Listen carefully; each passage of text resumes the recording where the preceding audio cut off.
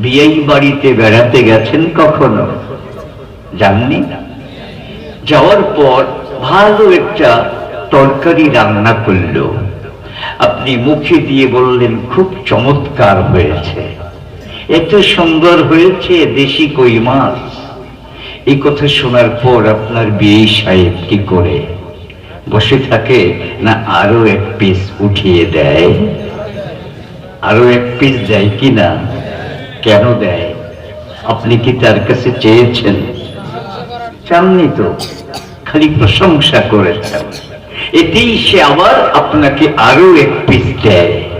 এর দ্বারা বোঝা গেল প্রশংসা করলে আর চাওয়া লাগে না, এমনি পাওয়া যায়। এজন্য তিরমিজি শরীফের হাদিসে এসেছে, আফজালুদ দুআই আলহামদুলিল্লাহ। আলহামদুলিল্লাহ এটা হলো শ্রেষ্ঠ দোয়া। আলহামদুলিল্লাহ কি? শ্রেষ্ঠ দোয়া।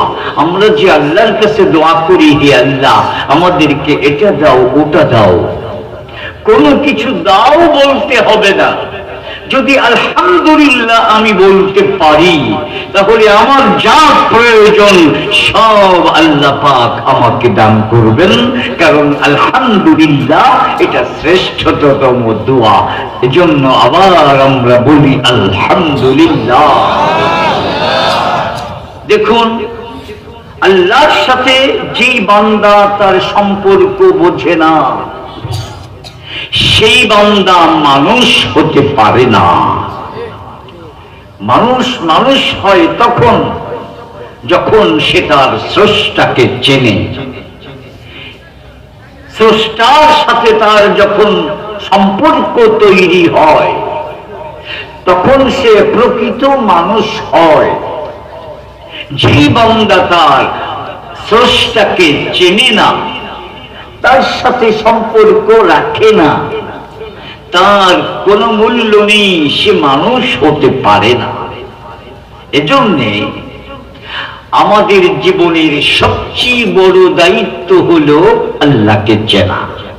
এজন্য হাদিসে এসেছে, রাসুল ইলমি মারিফাতুল্লাহ। আমরা নানামুখী জ্ঞান অর্জন করি, তবে শ্রেষ্ঠ জ্ঞান কোনটা? যে জ্ঞানের দ্বারা আল্লাহকে চেনা যায়। রাসূল করিম সাল্লাল্লাহু আলাইহি ওয়াসাল্লাম বলেন, আল্লাহকে চেনা এটা সবচেয়ে বড় শিক্ষা, সবচেয়ে বড় জ্ঞান। এই জ্ঞান যারা উলামায়ে কেরামের সাথে সম্পর্ক রাখে, যারা কোরআন পড়ে, তাদেরকে অবশ্যই আল্লাহ পাক দান করেন। এজন্য আপনারা যারা মাহফিলে এসেছেন, আপনারা ভাগ্যবান। আল্লাহ আপনাদেরকে পছন্দ করে মাহফিলে নিয়ে এসেছেন। এজন্য আবার খুশি হয়ে বলি আলহামদুলিল্লাহ। আল্লাহর পরিচয় নিয়ে অনেকে সন্দিহান। আল্লাহর পরিচয়, আল্লাহ আছে না নাই, এই জাতীয় প্রশ্ন আপনাদের ভিতরে আছে নাকি? একটু জোরে বলুন। এই প্রশ্ন যারা করে, তাদের মনও জানে যে আল্লাহ আছেন, তারপরেও করে কেন? তর্কের খাতিরে করে। একটা যুক্তি দেয়, যাকে দেখি না তাকে মানি না। তোমার ভিতরে আত্মা আছে, আত্মা দেখো নাই তবুও মানো। বোঝা গেল আত্মা আল্লাহর একটা সৃষ্টি। এটাকেই যদি না দেখে মানতে পারি, তাহলে আল্লাহকে না দেখে মানা যায় না। আমাদের দেখার কি প্রয়োজন? এই পৃথিবীর সর্বশ্রেষ্ঠ মানব হযরত মুহাম্মদুর রাসূলুল্লাহ সাল্লাল্লাহু আলাইহি ওয়াসাল্লাম আল্লাহকে নিজে দেখে এসেছেন। আলহামদুলিল্লাহ।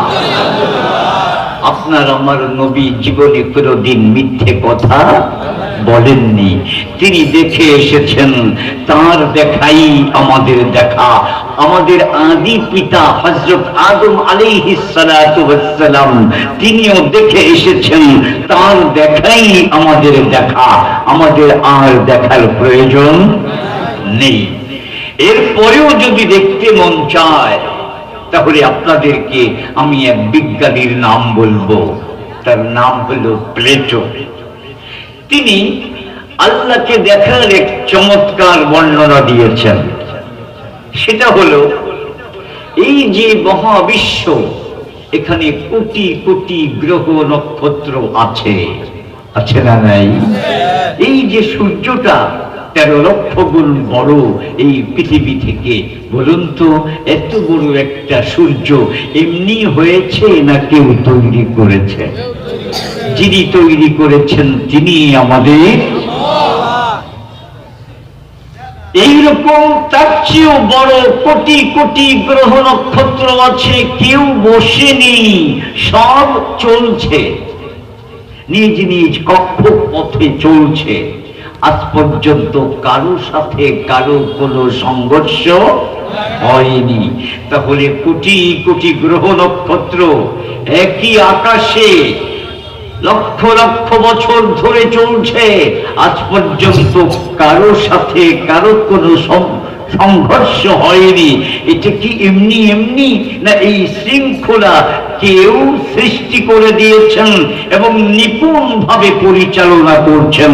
যিনি পরিচালনা করছেন তিনি আমাদের। আপনাদেরকে আরেকটা পরিচয় দেই।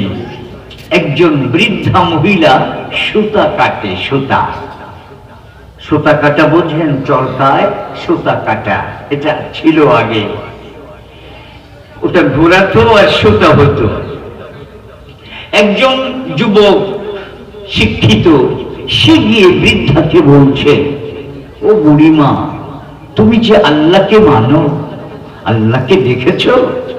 তখন তিনি বললেন, হ্যাঁ, আমি আল্লাহকে দেখি তো আল্লাহকে মানি। সুবহানাল্লাহ। এই যুবক অবাক হয়ে জিজ্ঞেস করলো, কিভাবে তুমি দেখলে? তখন সে বলছে, আমার এই চরকার মাধ্যমেই আমি আমার আল্লাহকে দেখেছি।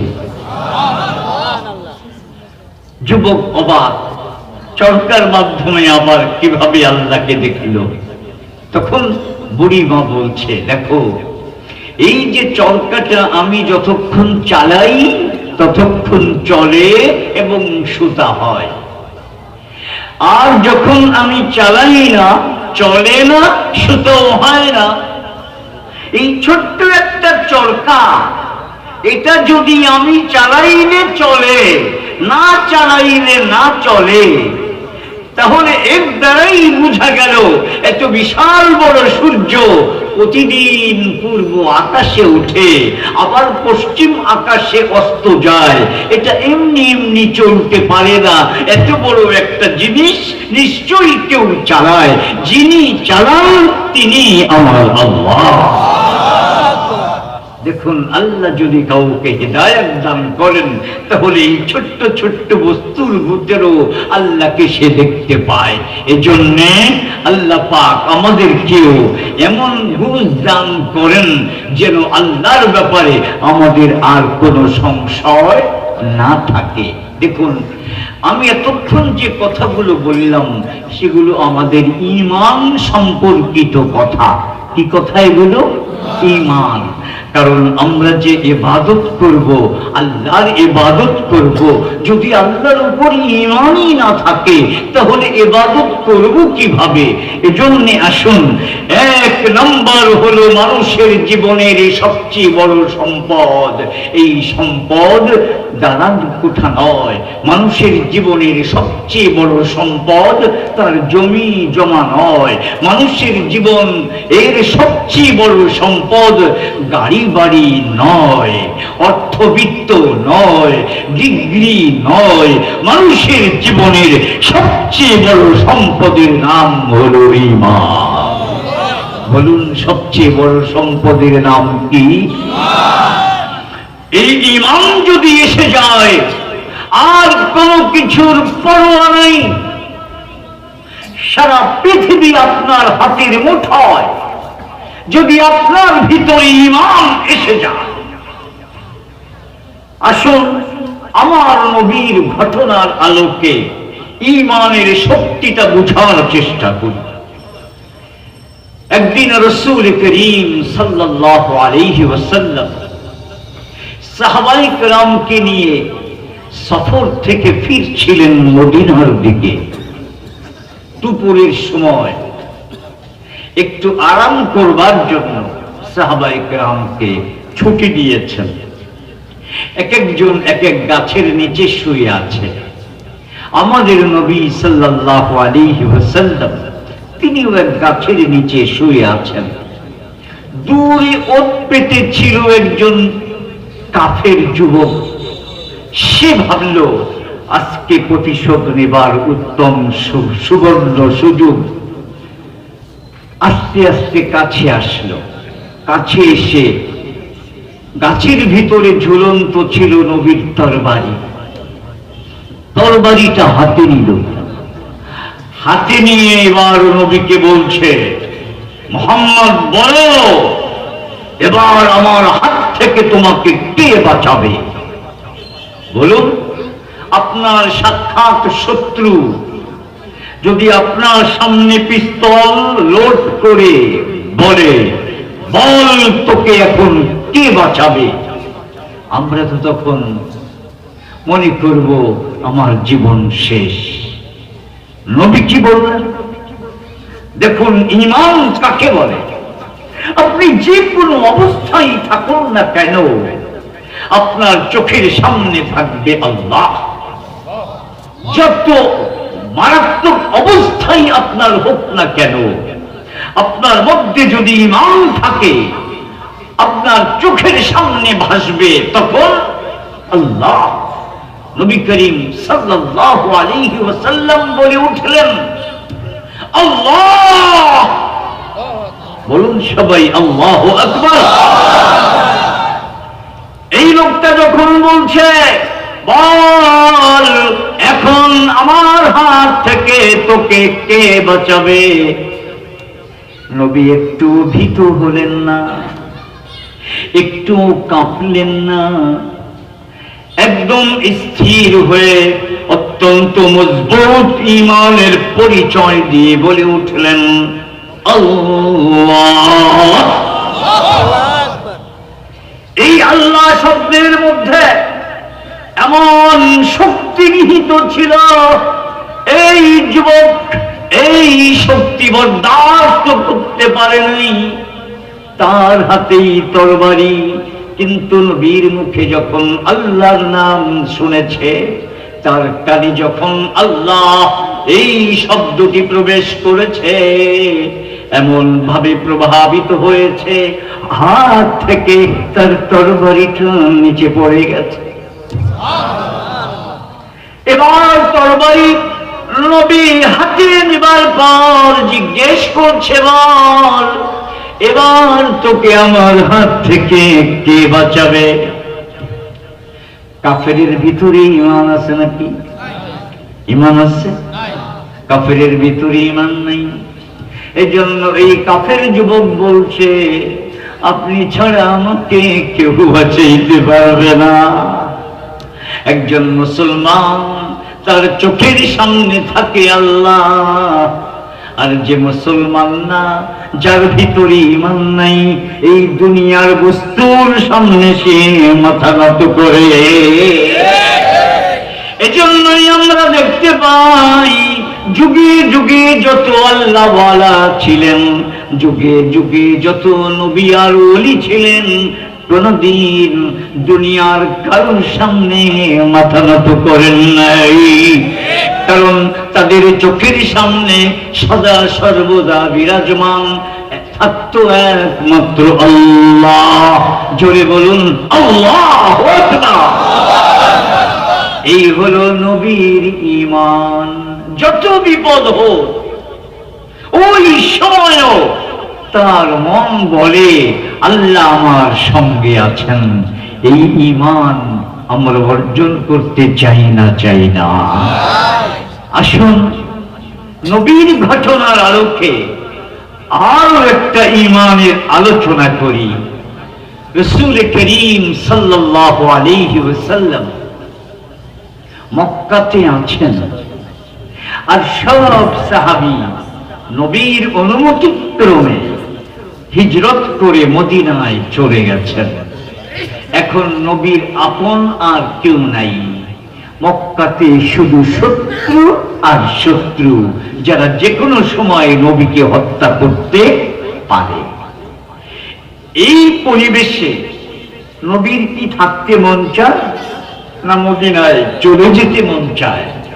অবশ্যই চলে যেতে মন চায়, কিন্তু নবীরা যারা হন নিজের ইচ্ছায় কিছুই করেন না, যা করেন আল্লাহর নির্দেশে করেন। বলুন আল্লাহু আকবার।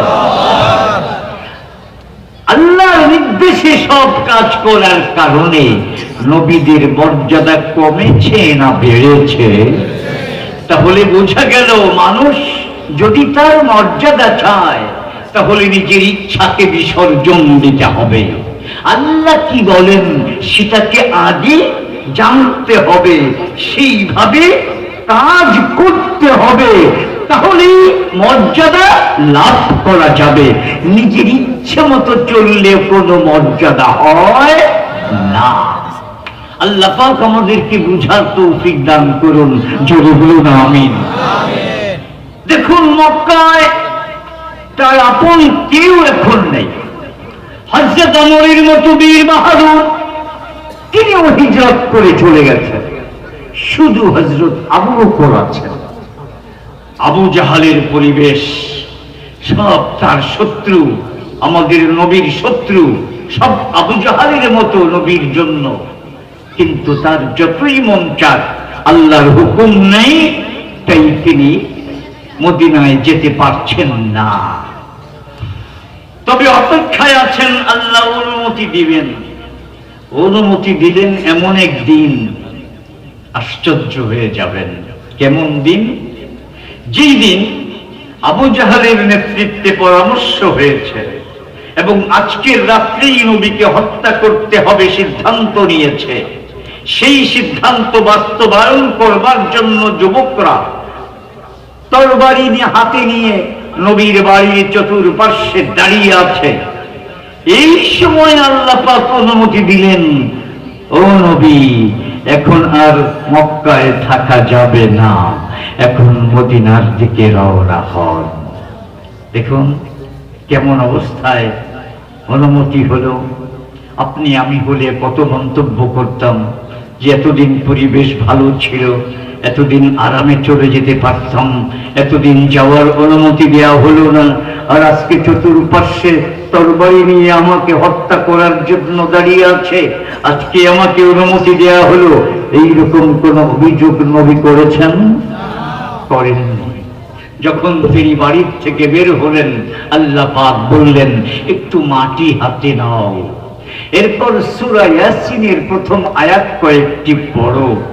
সেই আয়াতের শেষ ছিল, وَجَعَلْنَا مِنْ بَيْنِ أَيْدِيهِمْ سَدًّا وَمِنْ خَلْفِهِمْ سَدًّا فَأَغْشَيْنَاهُمْ فَهُمْ لَا يُبْصِرُونَ।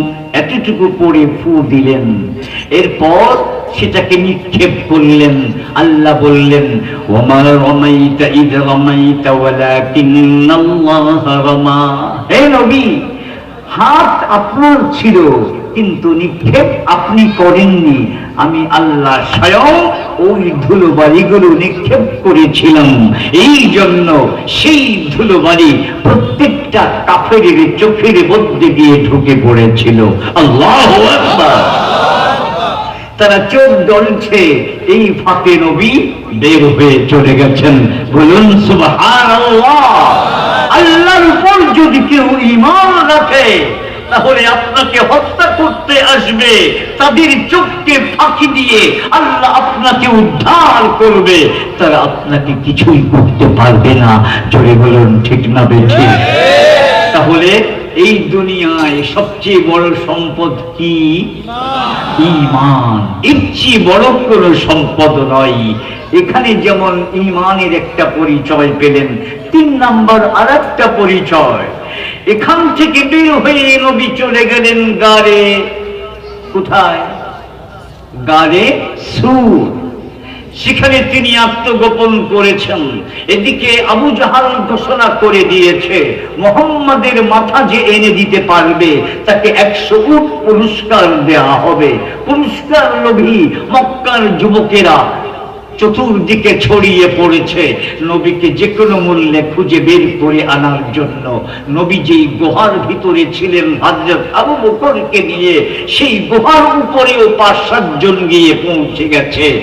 গুহার ভিতর থেকে হযরত আবু বকর সিদ্দিক দেখতে পাচ্ছেন ওরা একেবারে মাথার উপর দিয়ে ঘুরছে। এটা দেখে হযরত আবু বকর, তিনি ছিলেন নবীর প্রেমিক, তার নিজের জন্য কোনো দুশ্চিন্তা ছিল না, তার দুশ্চিন্তা ছিল নবীকে নিয়ে। এই জন্য সে নবীকে লক্ষ্য করে বলল, ইয়া রাসূলুল্লাহ, লাউ আন্না আহাদাহুম ইয়ানজুরু ইলা রিজলিহি ইউবসিরুনা, যদি কেউ তাদের নিজের পায়ের দিকে তাকায় তাহলেই তো আমাদেরকে দেখে ফেলবে। ইয়া রাসূলুল্লাহ, আমি আমাকে নিয়ে কোনো চিন্তা করছি না, আমি আপনাকে নিয়ে চিন্তা করছি। ওরা যদি দেখে ফেলে এখন কি হবে? এইভাবে যখন নবীর প্রাণ নিয়ে হযরত আবু বকর সিদ্দিক অত্যন্ত বিচলিত, এই মুহূর্তে দেখুন হযরত রাসূল করিম সাল্লাল্লাহু আলাইহি ওয়াসাল্লামের কেমন ঈমান। তিনি বলছেন, ইয়া আবু বকর মা তাযুন্নু বিসনাইন আল্লাহু সালিসুহুমা।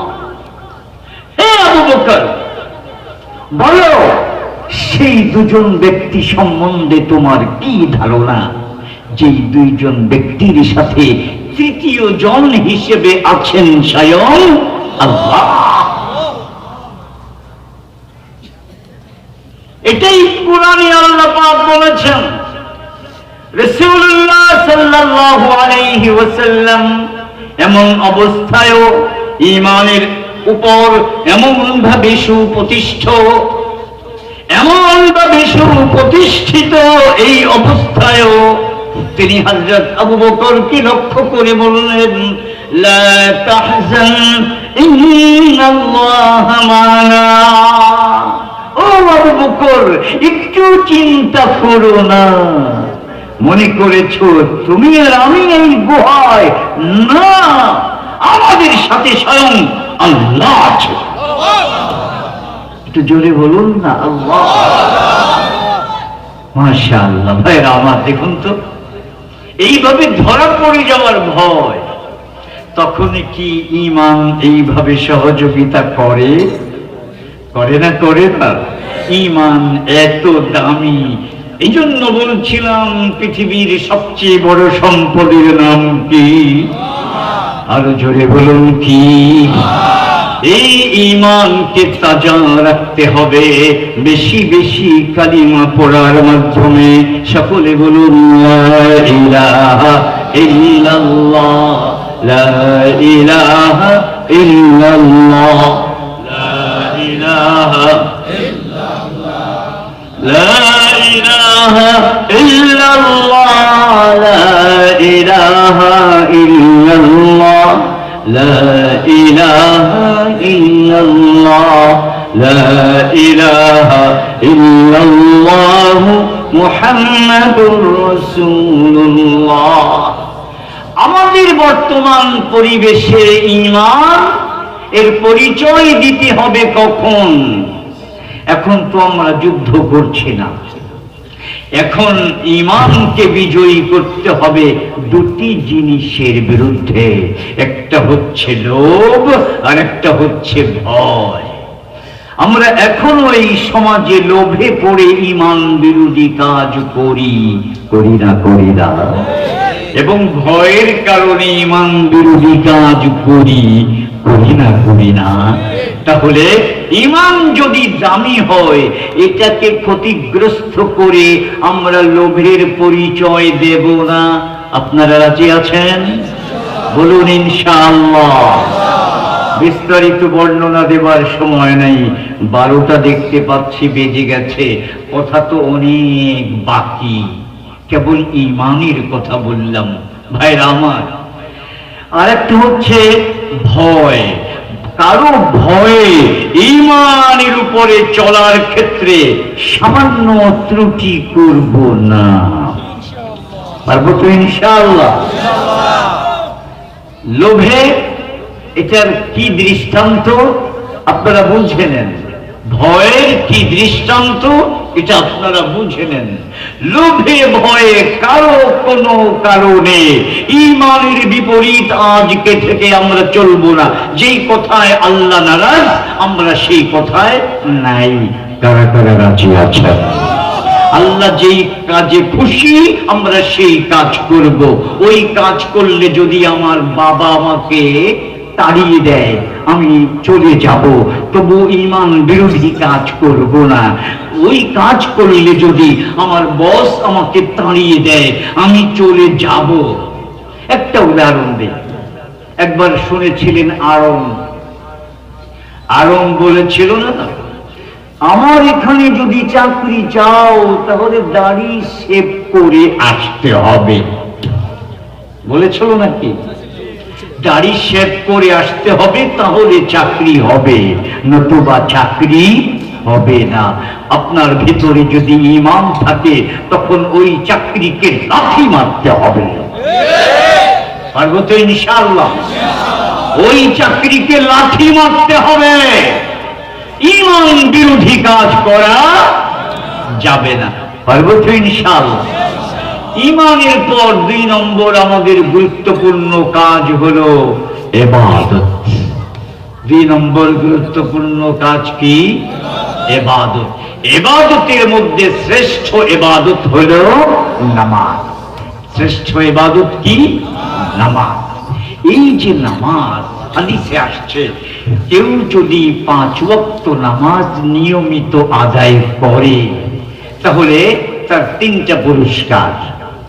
এই নামাজ হবে তার জন্য দলিল, এই নামাজ হবে তার জন্য নূর, এই নামাজ হবে তার জন্য মুক্তি, জাহান্নাম থেকে মুক্তি। সুবহানাল্লাহ। ঈমানের পর আজকে থেকে আমরা এই নামাজ আর কোনোদিন ছাড়ব না। রাজি আছি তো ইনশাআল্লাহ? কিন্তু যদি কেউ নামাজ না পড়ে তাহলে কি হবে? 3 শাস্তি। এই নামাজ না পড়ার কারণে তার ঈমানের কোনো দলিল থাকবে না। 2 নম্বর, সে কোনো আলো পাবে না কবরে হাসরে। 3 নম্বর, সে জাহান্নাম থেকে মুক্তিও পাবে না, বরং ফিরাউন, হামান, কারুন তাদের সঙ্গে তার জাহান্নামে জ্বলতে হবে। আল্লাহ পাক আমাদেরকে হেফাজত করুন। আজকে থেকে আমরা নামাজ ছাড়বো না। এই 2টি কাজ করার পর 3 নম্বর কাজ হলো এই যে আমরা দুনিয়ার উপার্জনের কাজ করি, আয় উপার্জন করতে হয়। এই আয় উপার্জনের ক্ষেত্রে নবীর একটা সিস্টেম আছে, এটা আপনাদেরকে জানিয়ে দিচ্ছি। কি বলেছেন তিনি? মান তালাবাদ দুনিয়া হালালান, যদি কেউ দুনিয়া কামাই করে হালাল উপায়ে, দুনিয়া তো লাগবেই, টাকা পয়সা তো লাগবেই, 2 ভাবে এটা উপার্জন করা যায়, একটা হারাম উপায়ে আর একটা হালাল উপায়ে। আমরা উপার্জন করব অবশ্যই, কিন্তু কোন উপায়ে? হারাম না হালাল? হালাল।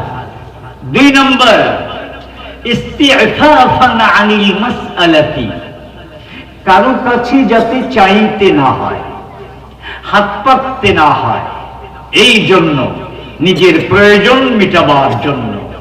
2 নম্বর উদ্দেশ্য। 1 নম্বর হালাল, 2 নম্বর নিজের প্রয়োজনে, 3 নম্বর সায়ান আলা আহলিহি, পরিবার পরিজনের পিছনে ব্যয় করার উদ্দেশ্যে।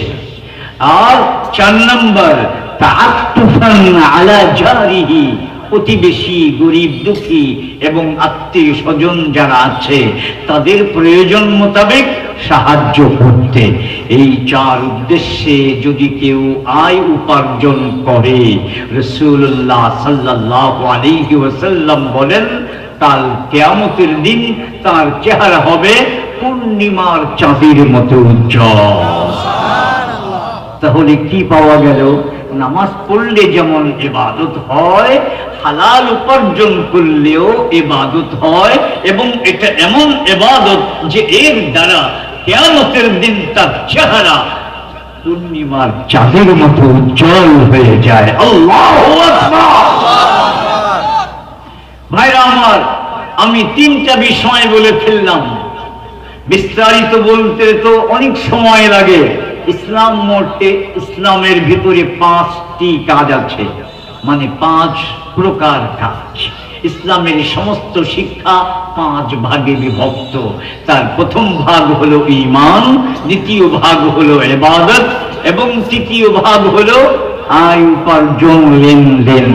3টা বলে ফেললাম একটা একটা করে। আর দুটোর একটা হলো আমাদের পারস্পরিক আচার ব্যবহার, সামাজিক রীতিনীতি, মা বাবা এর সাথে কেমন ব্যবহার হবে, এরপর উস্তাদ ছাত্রের সাথে কেমন ব্যবহার হবে, এগুলো।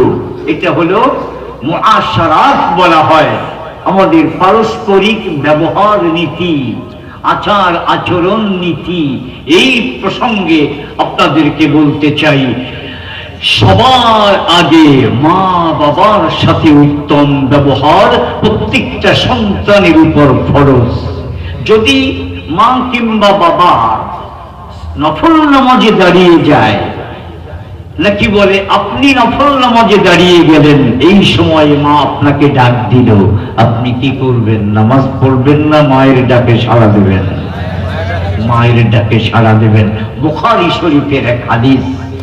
একজন আল্লাহর ওলি ছিলেন বনি ইসরাইলের। সেই বনি ইসরাইলের আল্লাহর ওলির নাম হলো জুরাইজ। তিনি নামাজে দাঁড়িয়েছেন তার খানকার ভিতরে, জঙ্গলে এক খানকা ছিল, বিরাট বড় আল্লাহর ওলি ছিলেন। মা এক প্রয়োজনে সেই খানকার পাশে গিয়ে ছেলেকে ডাক দিয়েছিল 3 বার, কিন্তু ছেলে ডাকে সাড়া দেয় নাই। তখন মা তার এই আল্লাহর ওলি ছেলেকে একটা অভিশাপ দিয়েছিল। অভিশাপ কবুল হয়ে গেছে, এবং সেই অভিশাপের কারণে এই আল্লাহর ওলির উপর এমন বিপদ নেমে এসেছে, এলাকার লোকজন এসে তার এই খানকাকে ভেঙ্গে চুরমার করে দিয়েছে এবং তাকে উত্তম মধ্যম দিয়েছে। এটা আসলে সে কোনো দোষ করে নাই, কিন্তু একটা দোষ তার উপর এসে চেপে পড়েছে মায়ের বদদুয়ার কারণে। বিস্তারিত ঘটনা বলার দরকার নাই, এতটুকুই শুধু মনে রাখি যে মায়ের ডাকে সাড়া না দিয়ে যদি তুমি নফল নামাজেও দাঁড়িয়ে থাকো আর মা বদদুয়া দিয়ে দেয়, তাহলে কিন্তু তোমার জীবন ধ্বংস। অতএব মা বাবার সাথে দুর্ব্যবহার করা যাবে না। পারবো তো ইনশাআল্লাহ? এই হলো আমাদের ইসলামের 4 প্রকার কাজের কথা বললাম। আর 5ম প্রকার হলো চরিত্র, উত্তম চরিত্র। উত্তম চরিত্র কাকে বলে? উত্তম চরিত্র বলে আপনার ভিতরে কিছু কু অভ্যাস আছে, যেমন অহংকার আছে, যেমন রাগ এবং গুসা আছে, এরপর লোভ আছে। এইগুলোকে নিয়ন্ত্রণ করা, রাগকে নিয়ন্ত্রণ করা, অহংকারের পরিবর্তে বিনয় আপনার ভিতরে আসতে হবে। আমি যে শুরুতে বলেছিলাম আল্লাহ সবচেয়ে বড়, তাহলে আমি কি সবচেয়ে ছোট? তো যে সবচেয়ে ছোট তার আবার কিসের অহংকার?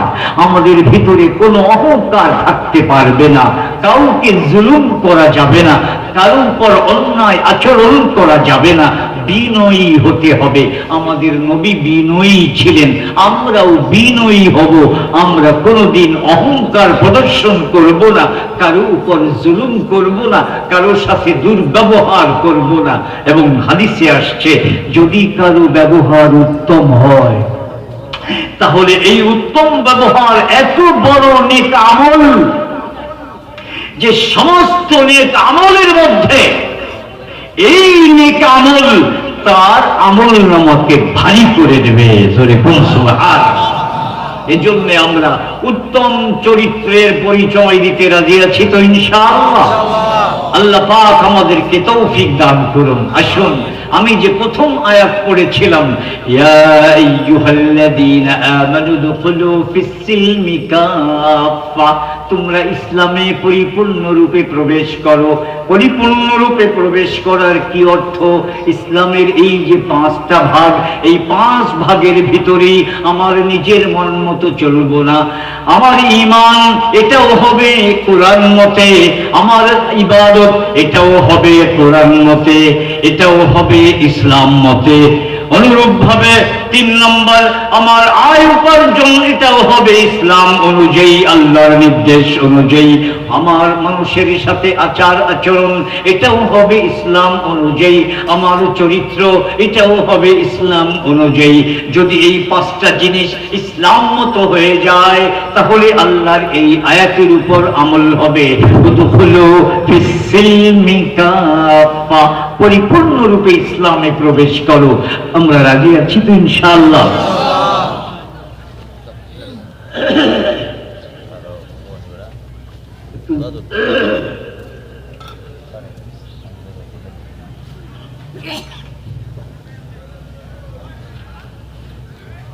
এবার আসুন, একটা হাদিস পড়েছিলাম যেখানে 3টা আমলের কথা বলা হয়েছে।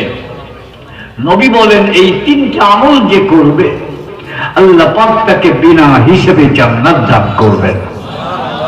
1 নম্বর, মান আকালা তাইয়্যিবা, যে হালাল খাবে। পারবো তো ইনশাআল্লাহ? হারাম খাবো না।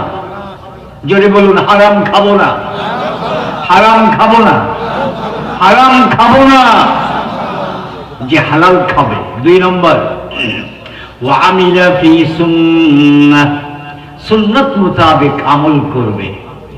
আমার মন মতো আমল নয়, সুন্নাত মোতাবেক। উদাহরণস্বরূপ, আমি যখন নামাজে দাঁড়াবো, এই নামাজের ভিতরে সুন্নত আছে 51টা। ওই 51টা সুন্নত মোতাবেক যদি আমার নামাজ হয়, তাহলে এইটা নবীর নামাজ হলো, নবীর মতন নামাজ হলো। তো এই 51 সুন্নত শিখবো কি একদিনের ওয়াজে, না আলেমদের সাথে সম্পর্ক রেখে? যে মাদ্রাসার উদ্যোগে আজকের এই মাহফিল, সেই মাদ্রাসার উস্তাদরা আছেন, ছাত্ররা আছে, তাদের সাথে সম্পর্ক রাখবো। তারপর আমার ভিতরে এই সুন্নতগুলো এসে যাবে। আমার ব্যবহারিক কিছু সুন্নত আছে নামাজের বাইরেও, যেমন আমি লুঙ্গি পরবো, কিংবা প্যান্ট পরবো, কিংবা পায়জামা পরবো। টাকনুর নিচেও পরা যায়, উপরেও পরা যায়, কিন্তু আমি পরবো কোথায়? নিচে না উপরে? উপরে পড়লে সুন্নত নবীর আদর্শ মানা হবে, নিচে পড়লে শয়তানের আদর্শ মানা হবে। আমরা আজকে থেকে নিচে পড়বো না উপরে পড়বো? মাশাআল্লাহ। এইভাবে আমি যখন খাবার খাবো, বাম হাতেও খাওয়া যায়, ডান হাতেও খাওয়া যায়। আমি ডান হাতে খাবো না বাম হাতে খাবো, না ডান হাতে খাবো। বিসমিল্লাহ বলেও খাওয়া যায়, বিসমিল্লাহ ছাড়াও খাওয়া যায়। আমি কি বিসমিল্লাহ ছাড়া খাবো, না বিসমিল্লাহ বলে খাবো? বিসমিল্লাহ বলে খাবো, তাহলে এটা সুন্নত হবে। এই জন্য যত কাজ করব নবীর সুন্নত অনুযায়ী করব। পার্বতী